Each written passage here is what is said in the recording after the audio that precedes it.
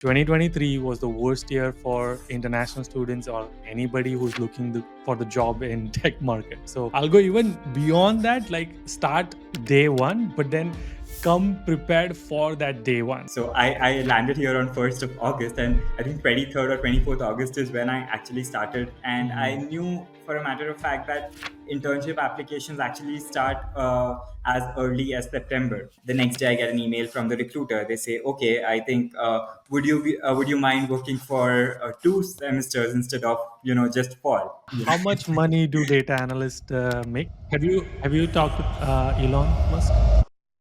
Before you watch this, I want to quickly say that most people underutilize LinkedIn. They don't understand the power of LinkedIn and how to leverage LinkedIn to get jobs. I have built an ultimate course.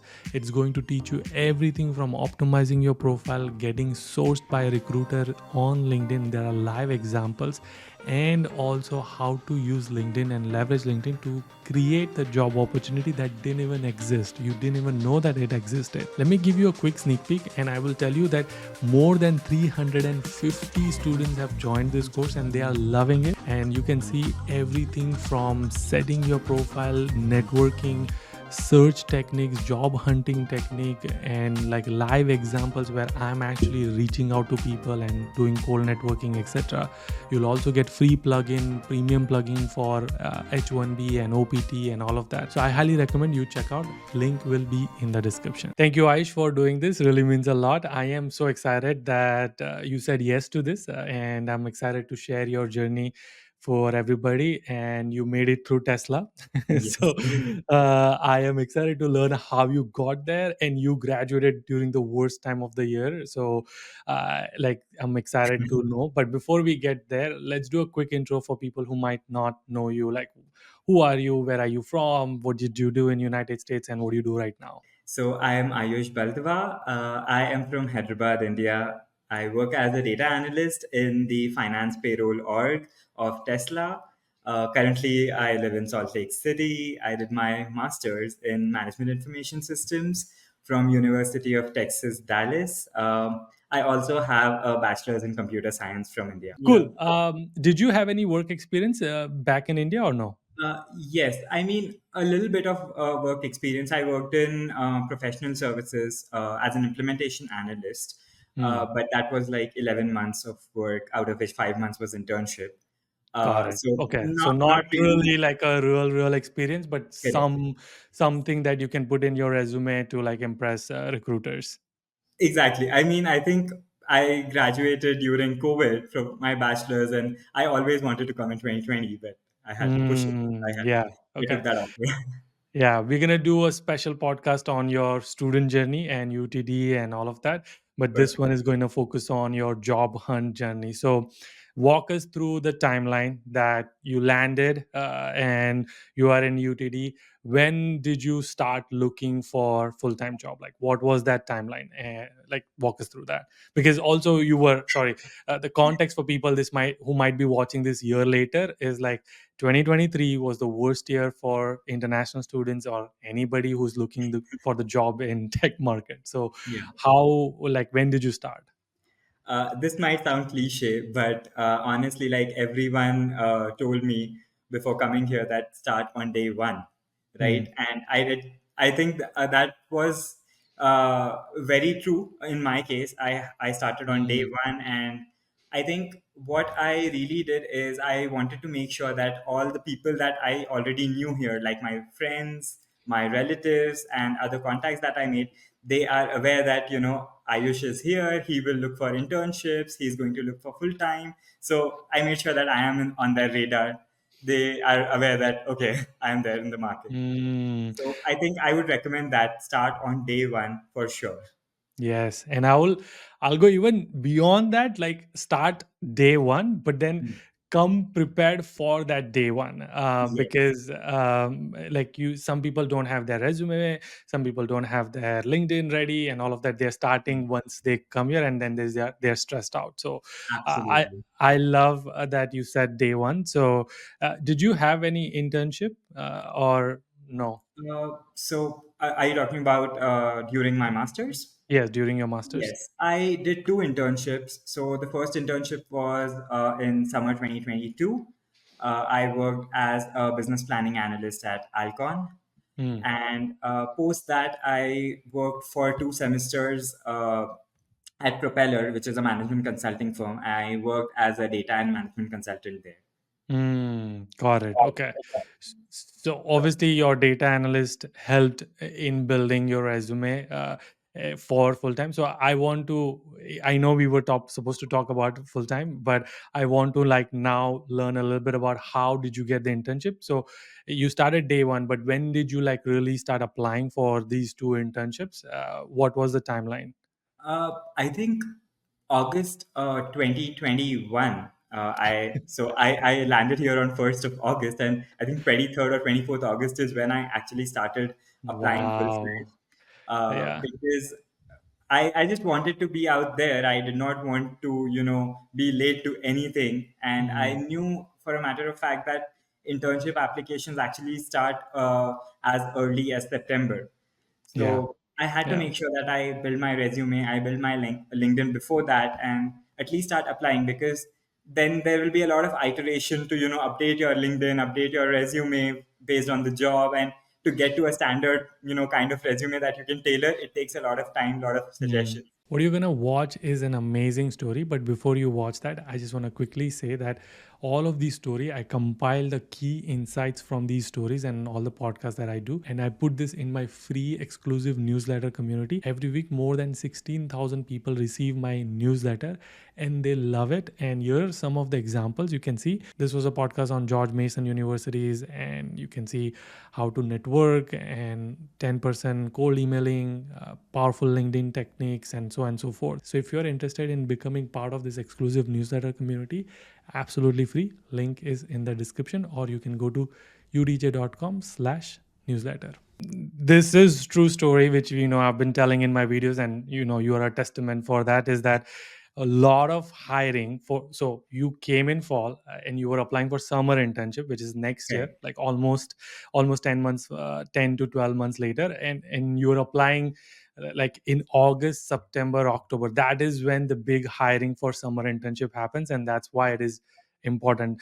And I know I'm spending a lot more time here because I want people to really come prepared, that this is Of true course. story. You need to like start on day one. So Yeah. I'm glad that you are kind of saying those things which I resonates with what I'm saying as well. So that's Yeah. awesome. Yeah, cool. So what roles did you apply? So obviously, like you were implementation analyst. You kind of, did you already knew that I'm going to apply for data analyst, or you applied I different did roles? actually knew that I want to get into Hmm. data analytics and eventually in data science. So for me, it always was that I wanted to get those skills like Python, SQL, etc. Hmm. So I wanted to apply for data analyst positions, data science positions, a little bit on the business analyst side as well, because I have also done a little bit of user stories, etc., when I was an implementation analyst as well.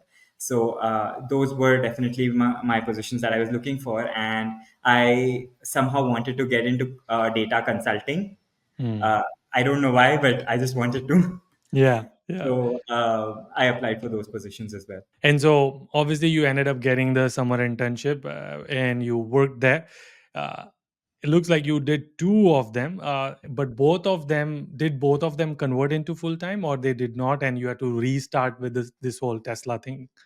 So what happened really was, as soon as I got my summer internship, the first one, Hmm. I got a call from the other company asking me for the same summer internship Hmm.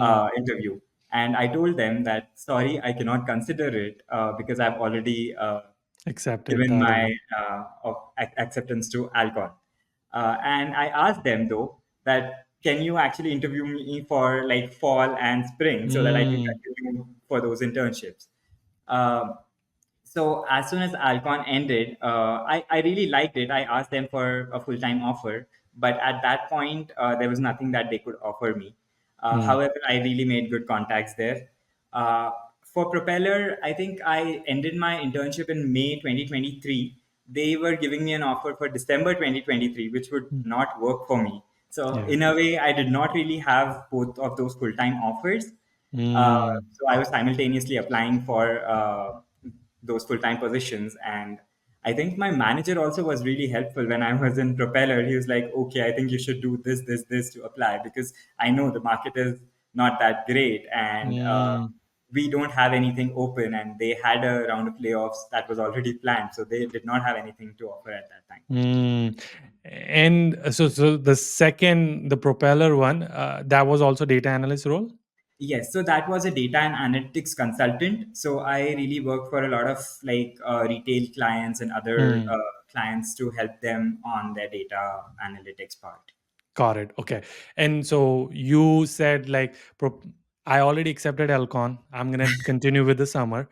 But then, then did they just say like, okay, we are fine with if you do a spring internship with us? That's how Yes. it worked out. Yeah, so actually, when I asked them, they said, okay, we'll get back to you in a day or two. And the next day, I get an email from the recruiter. They say, okay, I think would you mind working for 2 semesters instead of just fall? And I was like, sure, is that even a question?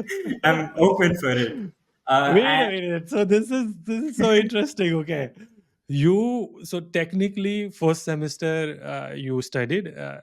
We will obviously talk about yeah, like TARA, all of those of course, in that yeah, video. But then second semester happened. You finished the second semester, and then you started working, and you continued to work until you graduate. yeah, One was with one company, then 2 semester with a different company, and then now you're working for Tesla. Is that yes, like your story? yeah. Wow. Okay, cool. And so how did you convince, so UTD allows you to do this? Yes.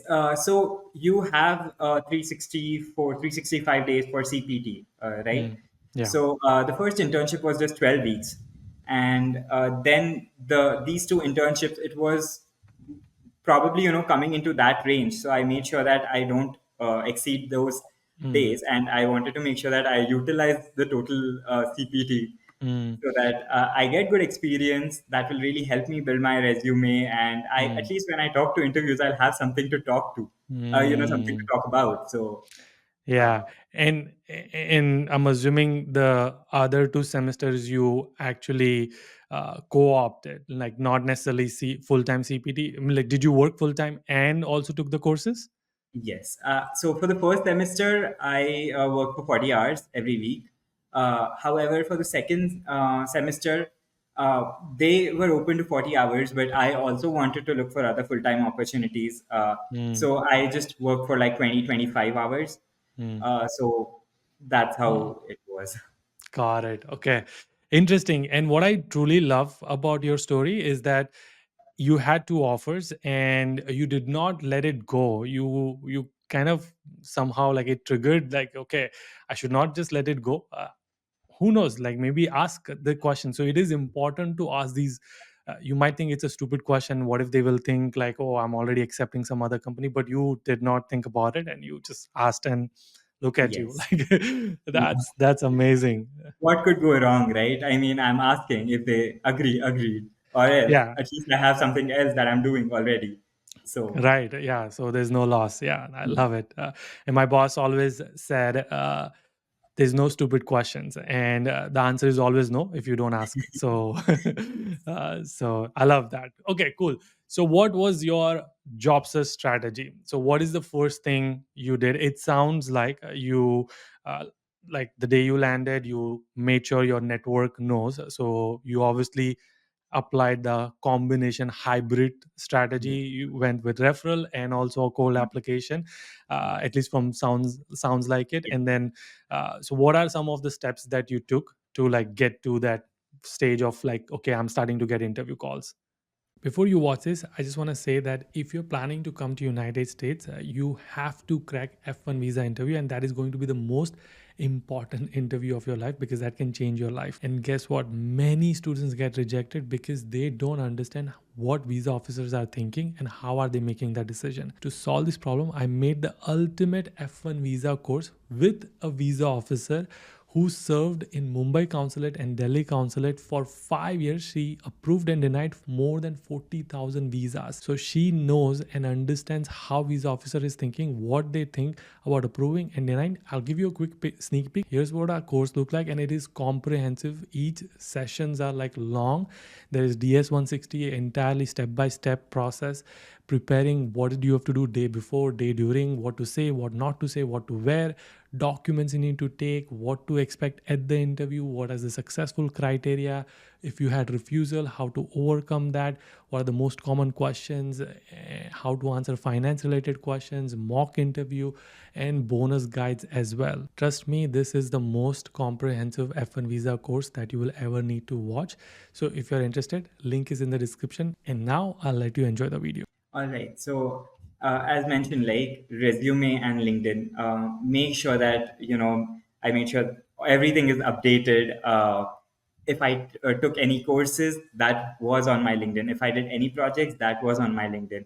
I never really put anything in about section, but when I came here, I understood that it is very important to really write about yourself. So I made sure that that was written, and in LinkedIn, all the work that I did back in India, it had their descriptions. Hmm. Coming to the resume, I realized that the Indian format of resume would not really work here. So I spoke to a lot of people. There were many resources that we had at UTD itself, giving us various formats of resume. So I used that to update everything, and Hmm. that's when I started, reaching out to people, giving, asking them about any open positions in their companies. I just wrote like a small description about myself, what I was doing, and what I'm really interested in, and I would attach my resume with that, so that if they want to know more details about you, they could go and they can really look at it. But that smaller part should not really be like an essay. I know everyone would read it, right? So that's how I actually did. And one thing that I did is I started connecting with recruiters as well. So I used to type the Hmm. company name and recruiter or Yeah, yeah. yeah, yeah. Sorry. Like I think you already gave like five techniques, and I want to break down one after the other.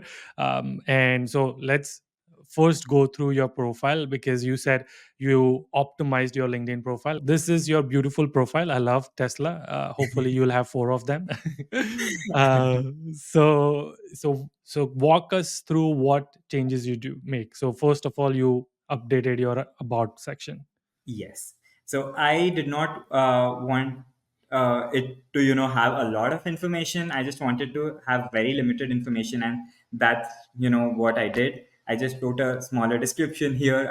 Of course, it doesn't have, looking for opportunities, etc., because I removed that now.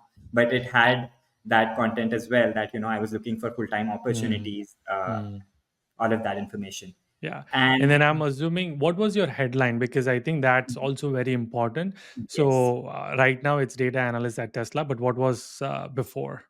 So that was actively seeking full-time and internship opportunities, along with all the skills that I had, like Okay. SQL, SQL, Python, Python. Yeah. Right. Excel, and Power BI, Tableau. So all of those Hmm. skills were in my headline. So Hmm. if someone would look at my profile, they would know that these are the skills that this person had, and I also Hmm. had like data analyst, data scientist, etc. Those keywords, so In that your they knew that headlines. okay, this is Yeah. the position that I'm looking for. Got it. Okay. Nice. So that's the first thing. You optimize your profile. Second Correct. is you made your resume based on the template that you were given at UTD. And you're like, okay, let's keep it simple.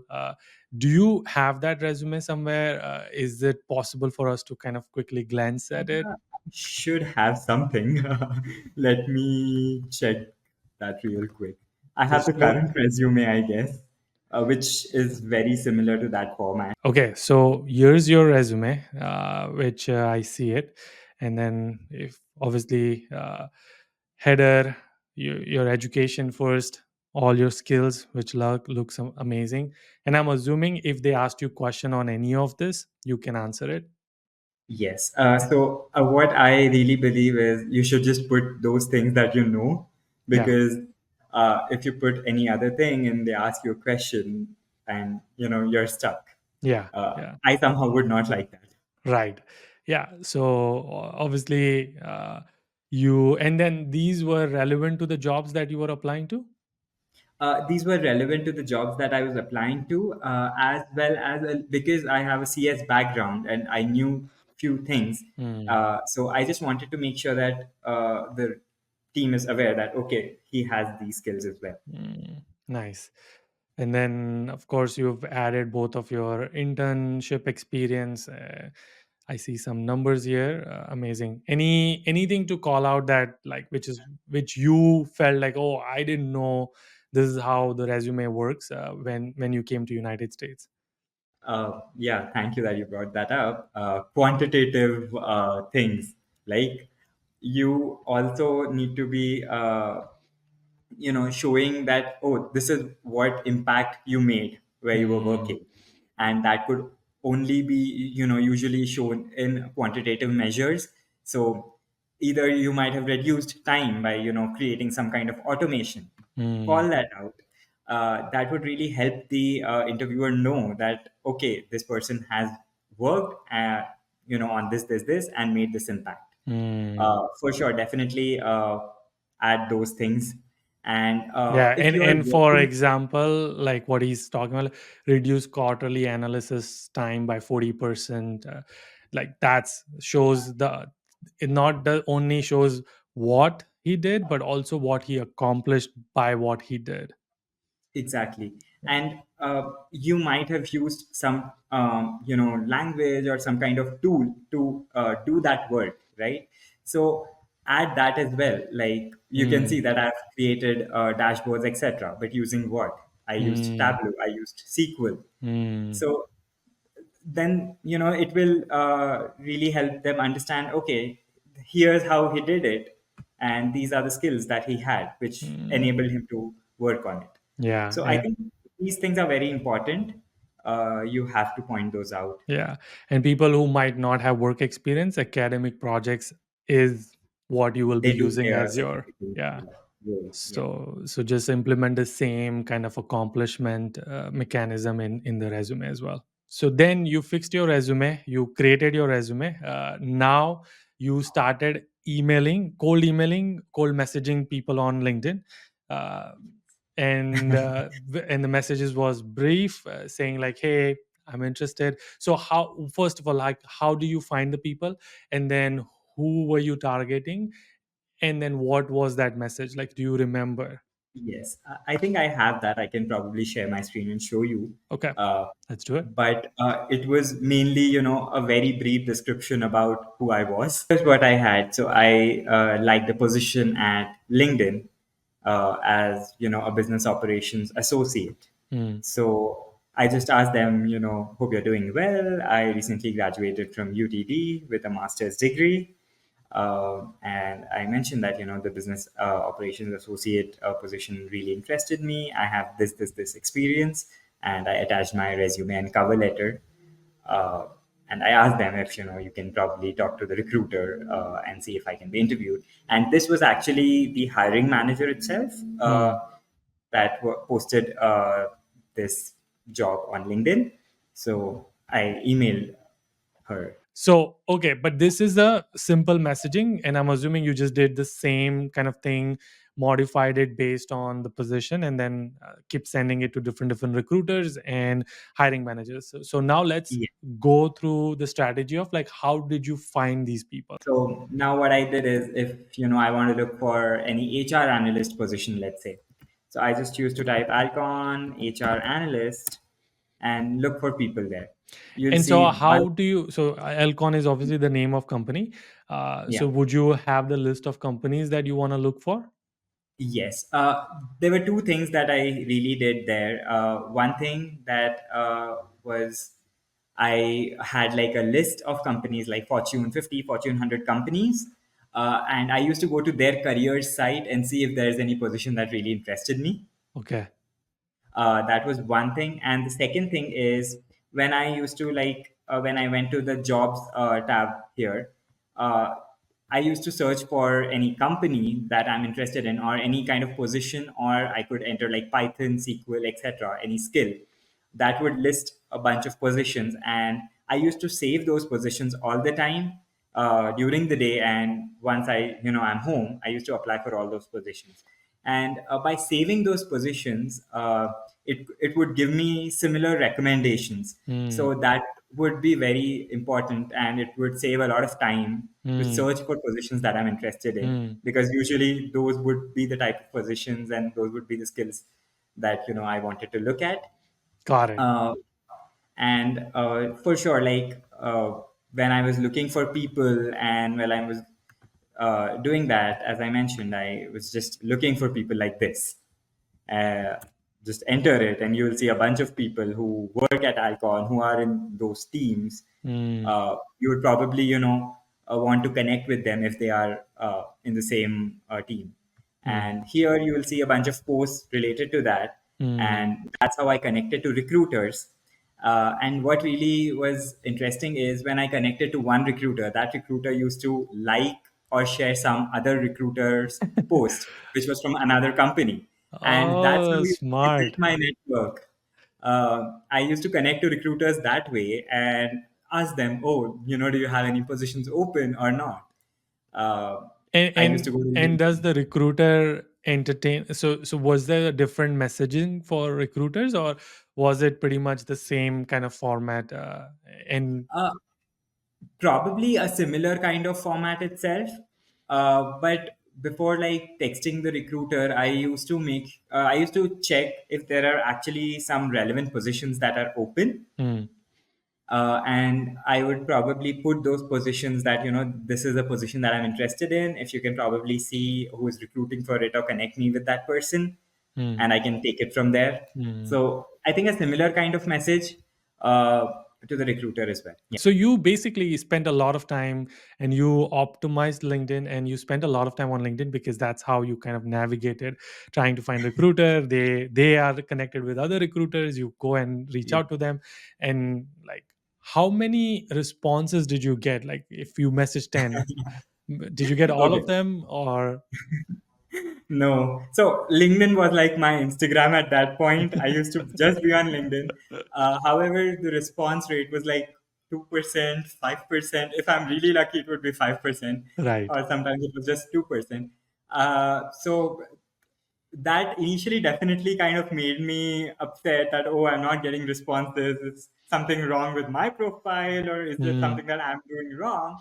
Um, but later I realized that those 2%, 5% responses are very useful for you, because Hmm. that guidance is something that you really need. Hmm. And those people genuinely have looked at your profile. They're giving you valuable suggestions. So make Hmm. sure that you respect that and incorporate that Hmm. uh, in any way. And now that I'm on the other side of the table, when people reach out to me, I feel I get it why people cannot respond, because it's not one person or two-person. There are so many people reaching out. You Hmm. can't refer everyone. You don't really have that time to look at each and every profile, Hmm. right? So you also need to be mindful of that. That if you don't get response, just don't be sad or don't be upset. Yeah, it's not you or it's not like you specifically. It's just they don't have time, and yeah, Exactly. yeah, yeah. Yeah. At least try. You will be happy that you have at least tried, and it might work. So Mm, just give it a shot. mm. Now that you finished it entire journey and now you're working full time, uh, would you change anything in your strategy or would you add anything to your strategy? Like, okay, like now I've gone through this. This is how I would improvise it. Uh, I think I would probably spend more time on, self learning, because that's something that I Mm, think sometimes I missed out on. mm, Being very indulgent academics and academic projects, mm, that doing something on my own was a bit of a challenge for me sometimes. I mm. did not do like Like, own give me an research. example. Like, what do you mean?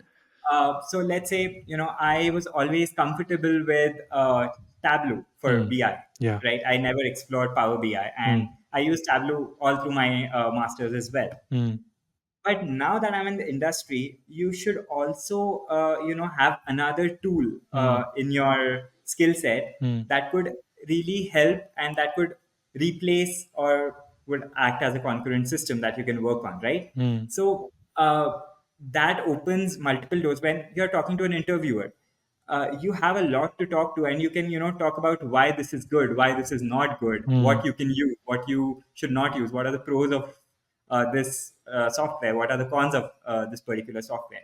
So I think self learning is something that I would definitely indulge in right now. Even when I'm working, I do that a lot. I mm, take some time out. I try to use those business scenarios mm, and see what I could find online. got it. Right? Love it. So self Yeah. learning is, so you would work on some extra projects and just not just Yes. the assignments and courses that you're taking, but then also like something so that it will help you boost your confidence to in terms of speaking and talking about yourself. Exactly, because you need to constantly learn things, and you need to prepare constantly. If Mm, you have that 1 month or 2 months of gap, mm, I somehow, sometimes I forget things, mm, right? mm, I'm not in touch with that particular mm. item. Yeah, So, yeah, got it. Okay, so now here's the real question. You did online application, you also did referrals. Which one did work better for you? okay, so I think in my case, online applications worked a little better because I got Mm, calls through online applications. However, Tesla happened to me with a referral. So mm. internships were online. Tesla happened to me using a referral. But I had Interesting. another full-time offer that was an online application itself. Okay, so mix. And online Yeah, application was purely you submitting your resume and applying to it. Did you do exactly. any kind of follow-ups or any kind of thing, or just you saw the position, you liked it, and then you applied it? So what I did is I spent couple of hours in looking for people from that company and team on LinkedIn and see if I can connect with them. But I would not recommend waiting more than 1 day Mm. because you need to be out there. Yes. Every application and every Yes. interview is on a rolling basis, Yeah. so you can't be late. You can't afford to be late, Yeah. honestly. Yeah. So just if you have emailed, see if you get a response for a day, it's good, or else go ahead, apply online. And if you get a response, tell them that you have applied to this position. Do you know if someone is hiring for it, or what skills are needed? If you can provide me some guidance. And that happened to me. I got responses way later, but I got an interview call from them, so I used that resource Mm. to prepare for my interview. And people Interest. are really helpful in that sense. Interesting, yeah, and I'll give couple other suggestion. Like one, like you said, use your two. You will have your personal email and you will have your school email. Use your school email to apply Yeah, immediately yeah. as soon as you see it. Now, if let's say they come and respond and they are willing to refer you, and somehow you are not able to connect those dots, you can still Hmm. tell them that here's my personal email. Use that to Yeah. apply with a referral, because that Yes. it doesn't matter if you have two applications or not. I think the Yeah. speed to lead is most important Correct. in some like LinkedIn recruiter solution. It will sort based on the skills, but Yeah. lot of these other ATS system, which is application tracking system, they will sort based on the oldest to newest. So the Exactly. first person who apply, it's going to be looking like recruiters are going to go from that, Yeah. right? So Yeah. Exactly. so yeah, so 100%. And I love that even though they didn't help you in the referral, but then you're like, okay, they responded, how can I use this response to help benefit the case, like in my interview process? Exactly. And one more thing, Yudi. So we spend a lot of time in applications, right? And usually, like there are a bunch of vendors that are standard, like Workday, let's say. Mm, And you know that this is the set of information that they are going to ask. And you cannot really go always and type all of that. I know there are a bunch of extensions in the market, but I would not prefer that. What I usually did is I had a Word document or a Notepad document, mm, and I had these standard things that I know that I would put in the application, that I used to copy it and paste it, because typing all of it takes a lot of time. yeah. You cannot do it. And when you're applying at a pace of like 5 to 10 applications every day, it is not possible. Right. Yeah. Right. Okay. Yeah. Love it. Now, let's talk just numbers from, because May 2023 you graduate during that time. How many do you think, like how many applications did you apply for, and how many rejects did you get, and how many actual interviews did you get? Okay. So I think I applied for more than 400 positions, Mm, 500 positions for mm. sure. Uh, and rejections were, I guess, 95 to 96% were rejections. Uh, but yes, I got a bunch of interview calls. Like, I think I got 5 or 6 interview calls. Mm. And that's what I think, yeah, 5 or 6 interview calls were Right, where I could. and then one or two converted into an offer.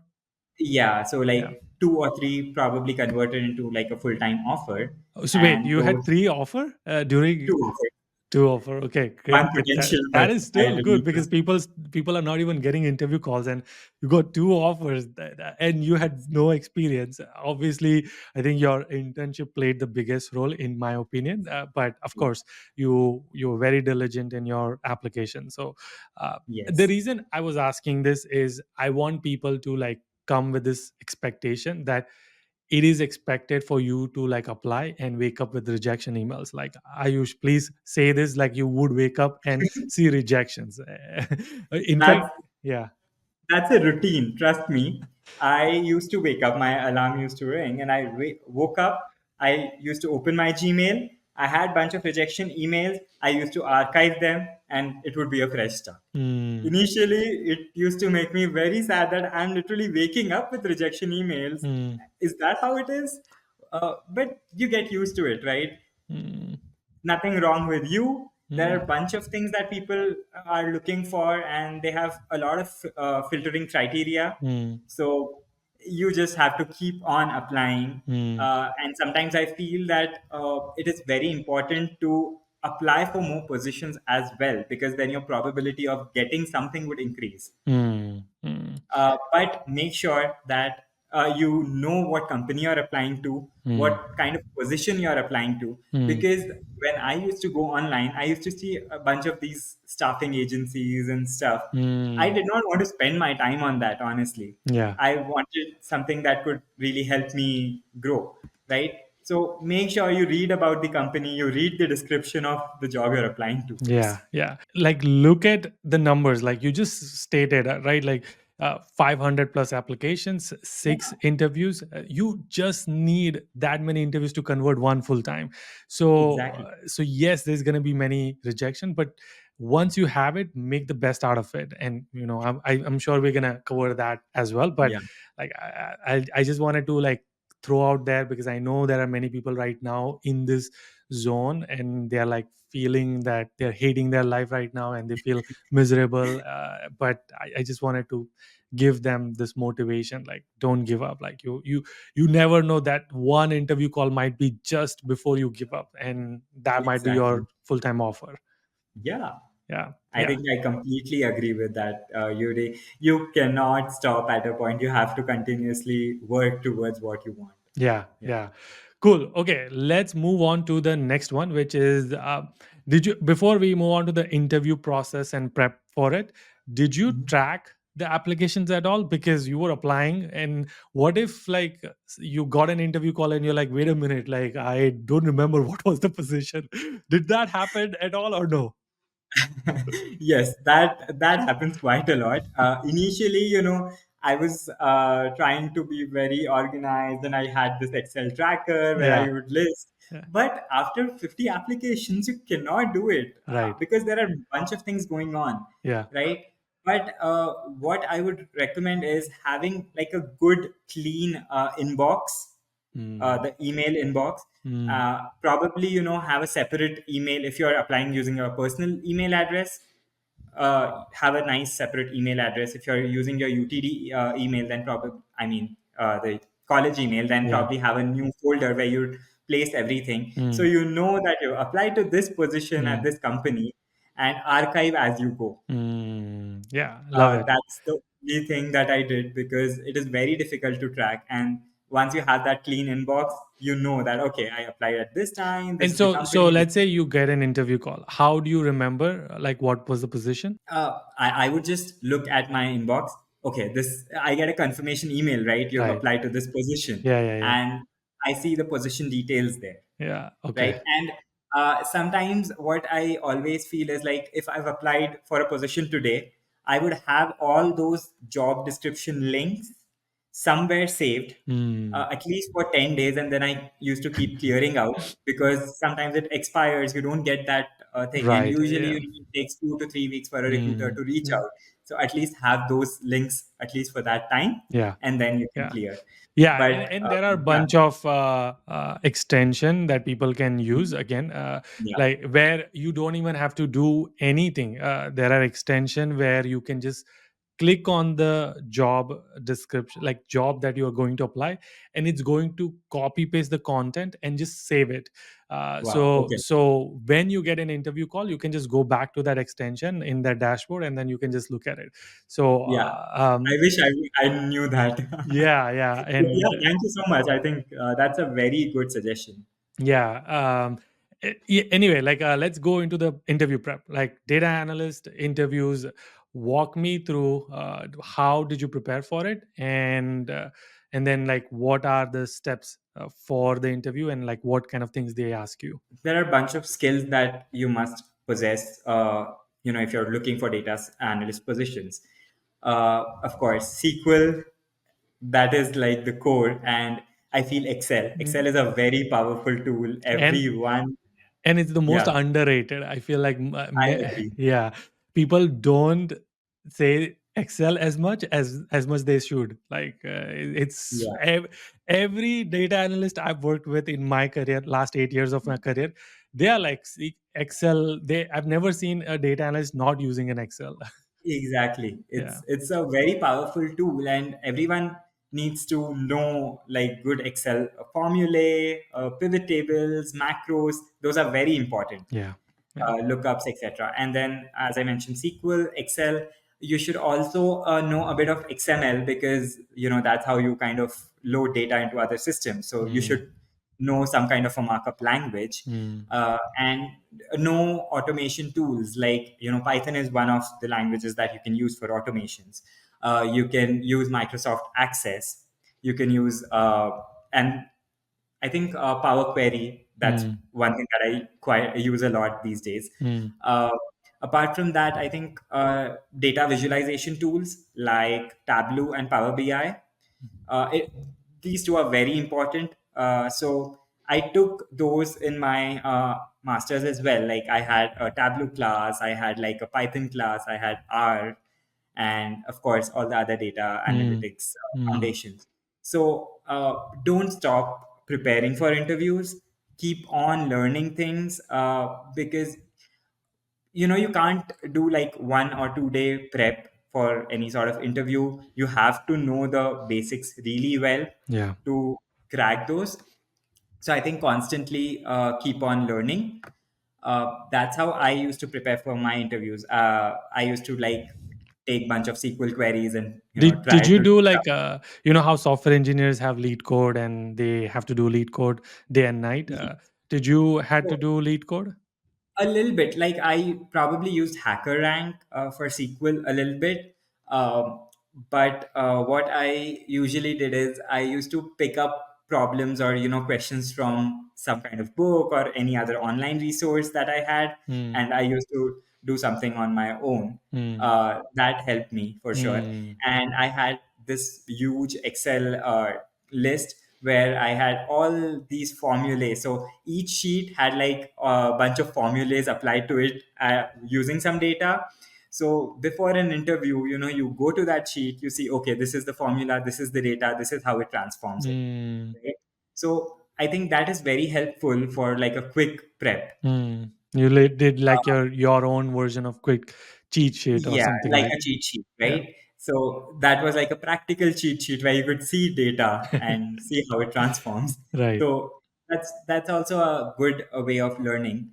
And of course, like you keep on building some kind of visualization online. I used to pull some random data upload it in Tableau, do some data transformation, data cleaning and stuff, and build various type of Mm. charts and see, oh, this is really good. This helps in understanding this data. Mm. So, do that basic preparation all the time, so that it's not a shocker for you to learn everything Yeah. in. And to summarize this like prep point, uh, you went online. You are like, okay, what are people asking for data analyst? To call the skills. You are practicing these skills on daily Yeah, basis, not just for correct. the interview purpose. You are creating visualizations. You are automating stuff. You have your cheat sheet. You also go on HackerRank, solve some problems. You go on Yes. online and see like what are interview questions and problems they're asking, solve that as well. So that Correct. is kind of like you just kept doing it, not just to wait until the interview, but on like you just keep doing it. Yeah, and you might have also like in my case, I've probably given a bunch of interviews already, Hmm. right? And they asked me a bunch of questions. I might have not cracked that interview, but I knew what they asked. Hmm. Use that as a base to learn. Hmm. So you build your own question bank as well, like okay, Correct. these are the questions I was asked, Track and everything. Yeah, yeah, track every question that they ask. yeah, You never know what can yeah, help. yeah. I mean, data is everything, as a Yeah, data analyst would say. yeah. Yes, I agree. Cool. Okay, so what is the process? So software engineer, they get a test, they have to pass the online assessment, then they get an actual recruiter call, and then it moves on. What is Yeah. it for data analyst? So I think pretty much similar. Again, depends on company to company, but I think first you kind of get like a SQL test that you need to give for a lot of companies. Hmm. But for a lot of other companies, it's directly the recruiter call. Okay. So recruiter has to shortlist, and they ask you a bunch of questions to make sure you're fit or not. And then you kind of move towards the technical rounds of interviews. If you want to like consider what I had at Tesla, I can tell that. So after my recruiter call, I had three like good technical interviews, Hmm. out of which two were purely like Excel and SQL, Hmm. and one was completely focused on Excel. I got like an Excel sheet Hmm. that the recruiter gave me, bunch of sheets, and he asked me, this is what I need. How would you do it? Do it, Hmm. uh, live. Oh, so you have to So like literally do it live. yeah, Okay. yeah, you have to share your screen and do it Hmm. in front of the recruiter, Hmm. in front of the interviewer, and Yeah. then you kind of explain, what you're doing and why you are doing that, right? Hmm. Uh, and obviously, they'll focus on your projects quite a lot. They would want to know what tools you know. And again, next round was SQL, Hmm. where they asked me a lot about stored procedures. We have joins, we have nested queries, grouping. So those are the things that they really focused on. Why would you use it? How would you use it? Write a SQL query and show it to me. Hmm. So Hmm. they just gave me like a random question, and they asked me, okay, here are two tables. I want you to join, and these are the criteria that I want you to consider. Right. Got it. Yeah. So I think those were like three technical rounds, after Hmm. which you move towards like a semi-technical round, Hmm. where they would probably focus more on what kind of integrations or what kind of automations have you done, Hmm. what are the projects that you've worked on. They'll probably ask you, if it's a data science related thing, they'll ask you, oh, why did you use this algorithm? Why did you not use this? Right. So, but they did not ask me to like literally code things Yeah. at Yeah. Yeah. in that interview. Right. uh, and then you move towards the final round with like some kind of executive. I had it with Hmm. my director. Hmm. So she interviewed me for like, she just made sure that I'm the right fit for the team and I Hmm. was open to doing things, because the position that I am in, it actually needed like 3 to 5 years of experience. But I just applied because I got to know about that position from a family friend. She referred me and I just applied. I Hmm. had no expectation. So I think they went through these series of interviews to understand, okay, if I can actually fit in that position, Hmm. because I never had a finance background, right? Hmm. So Hmm. that's And there were like trick questions in those interviews. When my director also asked me, she asked, okay, what is important for you? Is it equity or is it base? And I was like blank. I was not prepared for Wow. that. Yeah, because it's like almost negotiation already. Yeah. You're like, I didn't think that I had an offer, so I didn't prepare for it. Yeah. And I don't know why she asked that, probably because we are in payroll. And she wanted to understand my take on that. But she asked me, okay, what's important? And I was like, I think equity, because it's more valuable and you kind of stick to the company and you're there. But that was like a question that It I stumped you, yeah, waited like for you like few didn't, yeah, seconds and right. is blank, Yeah, yeah, yeah. right? But yeah, I think those are like the series of interviews that Mm, happen, yeah, and yeah. that's when the recruiter emailed me for a call, and she told me that okay, we are rolling out an offer. But Mm. that's not the end, right? You have to get a written offer. It took 1.5 months for me to even get that offer letter. Oh, okay. Got it. So you got the call from the recruiter saying like, "Hey, congratulations," and then waited for like that's a long time. Like I would be nervous Yeah. because I would be like looking for other companies already because like I don't know if this is gonna happen. Right. So one thing that I did is I wanted to make sure that they knew that I already had an offer, Mm, because it would delay the whole process, and they knew that okay, this guy has an offer already. And recruiter, that's the reason she probably reached out to me immediately, like 2 days after my final interview, that we are giving you an offer. It will take time for the offer letter though. mm. Like, Okay. Okay. still I was following up with the interviewers, like my manager and the recruiter, and is Mm, there an update, is it not, because it makes you nervous, because if you've probably said no to an offer already, mm. then Yeah. Yeah. Yeah. yeah, it's difficult. Love it. I love this whole thing. What? Let's talk about money because everybody loves to talk about money. Yeah. How much money do data analysts make? You don't have to tell. I want to know both data analyst interns salary range and then also the full time range. So interns, I would say somewhere around 25 to 40, that is the range. But I would say 30 is an average that I Mm, looked at. mm. uh, and of course, like 30 to 40 is the range that I was considering. So that is Nice. what for So, is for and intern. again, obviously, we'll talk about this in your UTD video, but Yes. you're telling me you made $30 to $40 range for like almost a year and a half. So, and so I'm already guessing Years. you paid off your loan already. So Yeah. that's gonna Yes. be amazing conversation. I can't Yeah. wait to do that one. But okay, cool. And then Yes. what about the full Uh, full for time? the full time, I would say the range would be somewhere around 85 to 100K, Hmm. completely based on the location and if your company is offering, stock options or something or not. Right. Because like major firms, they do offer you that, but this is So what I'm talking about 85 to base. 100 is base. Okay. Yes, Yeah. that's what I'm looking at base, at least for Dallas and I would say Salt Lake City, Austin Right. Yeah. locations. Yeah. That's Yeah. what Bay you Area would. can go like 120 Bay ish. Area, New York, yeah, it goes on around 125 to 140K. Yeah.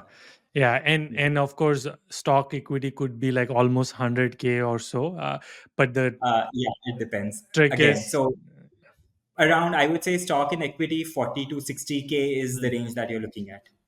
got it. Yeah. And then there might be some like joining bonuses and annual bonuses and so all like the, Yeah. uh, So it can be a joining bonus, it can be like a relo bonus or something, because I relocated. right. So I got a relo bonus. Yeah. Yeah. Uh, And some companies, when you do relocation, they just give you flat money, and it's up to you how to use it. And some like will say like you have to use our portal and do all of the things. yeah. Yeah. Yeah. So So we had both options. So of course, yeah, yeah, I got it's up it. to you to choose what Yeah, you yeah, want to yeah, do. yeah. And did you negotiate your salary at all, or did you were like, oh my gosh, I got an offer. I don't want to deal with this. I just want to accept it. No, I actually did try to negotiate, Mm. but it was already on the table that this offer would be non-negotiable at that point. Mm. Mm. So I already knew that towards end of my interviews that the offer would be non-negotiable. Uh, and I see that quite a lot in my team, at least, Mm, right? mm, So that's how it was. But still, I spoke to the recruiter. I told her that I'm coming in with a master's degree and all of that. But she said, okay, let's do this. You join, we will see how it works, and we will reassess this whole thing once you've finished some term in your role, yeah, yeah, right? yeah, yeah. So you can talk to the recruiter that way, because I asked her if we can reassess it, and that's when she said, yeah, you can, we can do that, right? So Mm. just ask. However, I would say I negotiated during my internships, and it did work out for me What? really well. That's awesome. Yes. Okay, nice. Yeah, and it was like 25-30% more than what they were offering. Mm, So uh, you have to try, you have to put valid points mm, that you do have a technical background, mm, you are coming with an advanced degree that is semi technical or technical, mm, uh, and you have these skills apart from what is actually needed in the position. And you might have already had conversations with the interviewers, you already would know what kind of work you would do.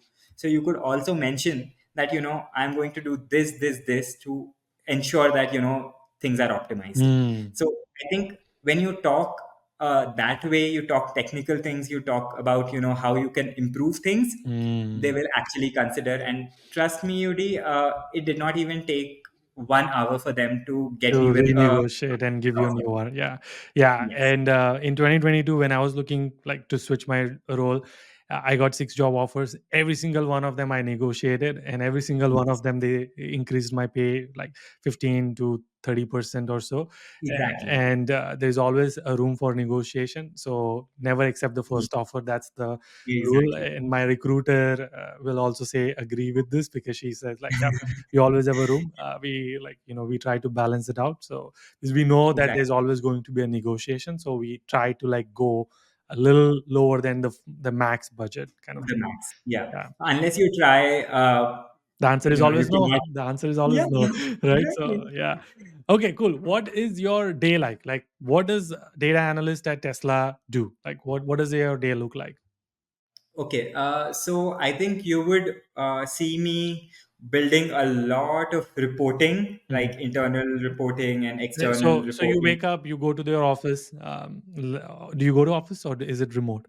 I go to the office every day. Okay, okay. So got it. Okay, so you go to the office. What's the first thing that happens? So as soon as I go, we usually, we have stand-up calls every alternate day. Okay. So that's where, we will probably bring up any escalations or anything that Mm, come up. mm, Because I work in finance payroll, it's very sensitive and you have escalations. So that's how, it starts. And then you have bunch of like audits and reports that you have to build every day mm, to make sure that the payroll is running smoothly for other employees, right? So I think that is very important, because that's our internal reporting that we do every mm, day. mm, However, uh, we automate those, and mm, then you pull those and see what's wrong and what's mm, not.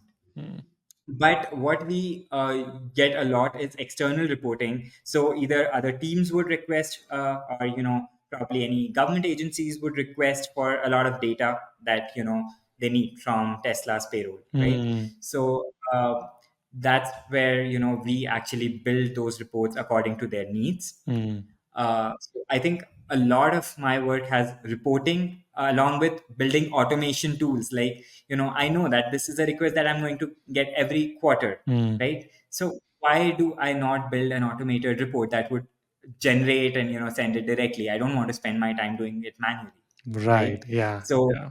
we kind of do that quite a lot, and Mm, we have like a lot of data comparisons that we do. So yeah. you have to build tools for yourself.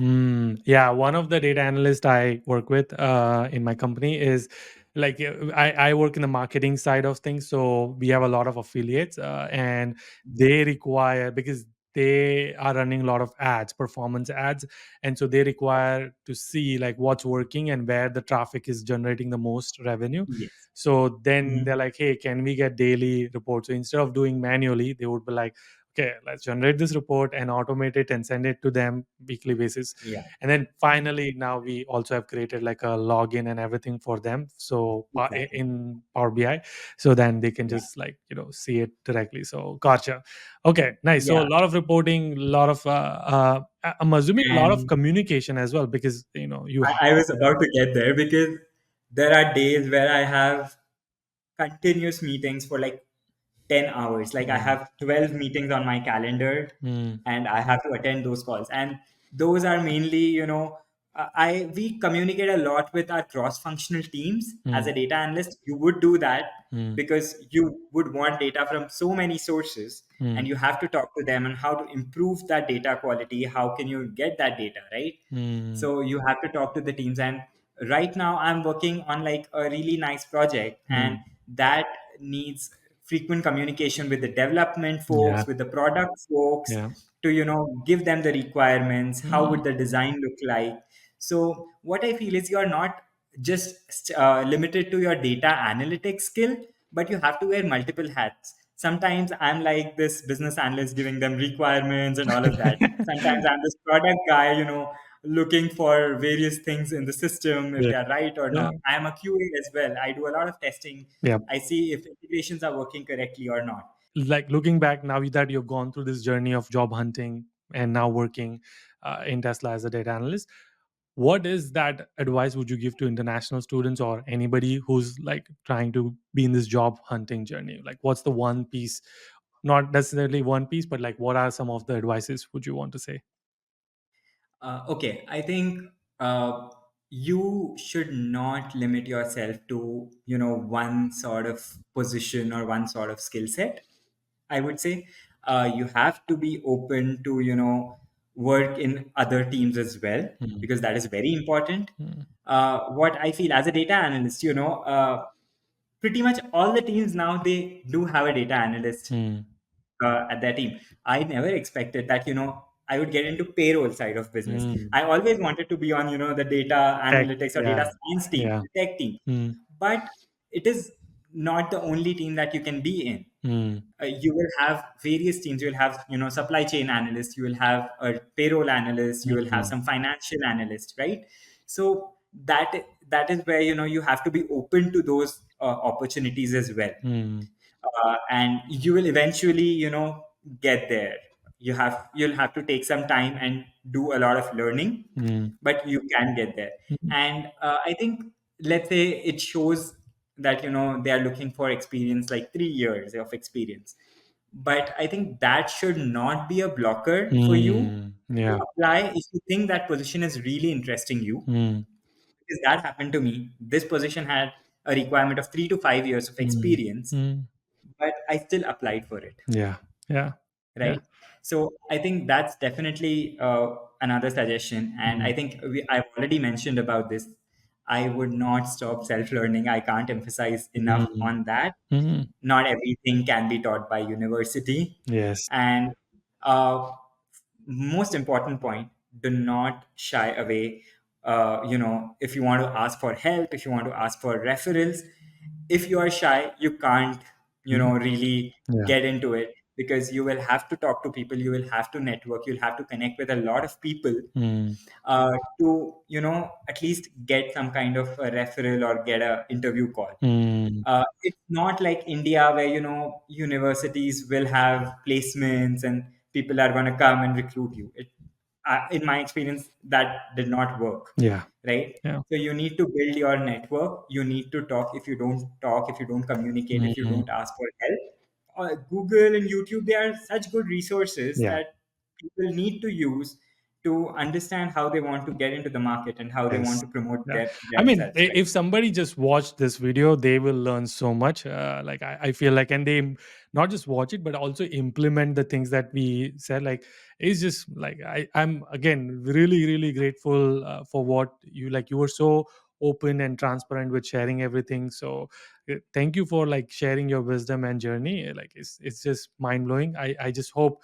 I wish I had this type of resources available to me. So I'm hopeful that like generation next, and like the people who are coming next will take advantage of this, and hopefully I'm sure they'll reach out to you as well because they want to get into Tesla now. So or maybe not, who Yes. knows. So but they'll still reach out to you, I know that. Yeah. And yeah, again, thank you so much. It really means a lot because I think you have, opened your hearts, and again, can't be thankful enough, and I am excited for UTD because that's going to be amazing as well. Again, thank you so much. Until our next one. Keep smiling, keep hustling.